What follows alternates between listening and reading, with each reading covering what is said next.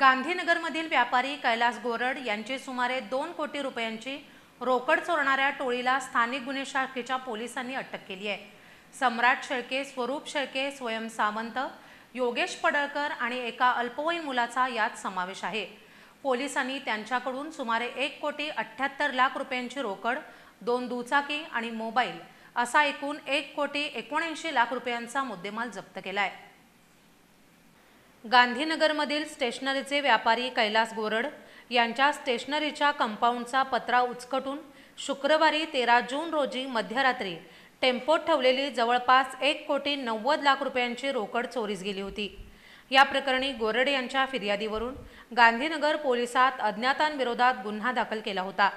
दरम्यान गुन्ह्याचं गांभीर्य लक्षात घेऊन पोलीस अधीक्षक योगेश कुमार गुप्ता यांनी गांधीनगरसह स्थानिक गुन्हे शाखेच्या पोलिसांना रोकड चोरीचा तत्काळ छडा लावण्याच्या सूचना केल्या होत्या।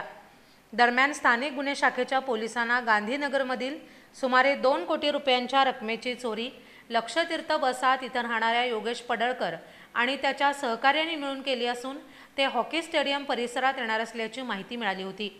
पोलिसांनी या माहितीच्या आधारे सापळा रचून योगेश पडळकर, स्वयं सावंत, सम्राट शेळके, स्वरूप शेळके आणि एका अल्पवयीन मुलाला अटक केली आहे।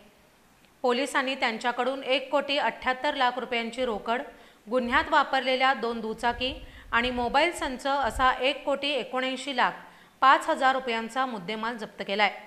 पोलीस निरीक्षक रवींद्र कळमकर, पोलीस उपनिरीक्षक संतोष गळवे, जालंधर जाधव, अंमलदार वैभव पाटील, महेंद्र कोरवी, योगेश गोसावी, राजू कांबळे, प्रदीप पाटील, विशाल खराडे, संतोष बर्गे, गजानन गुरव, शिवानंद मठपती, परशुराम गुजरे, कृष्णात पिंगळे, अरविंद पाटील, अमित मर्दाने, सतीश तानुगडे, सचिन बेंडखळे, सायली कुलकर्णी यांनी ही कारवाई केली आहे।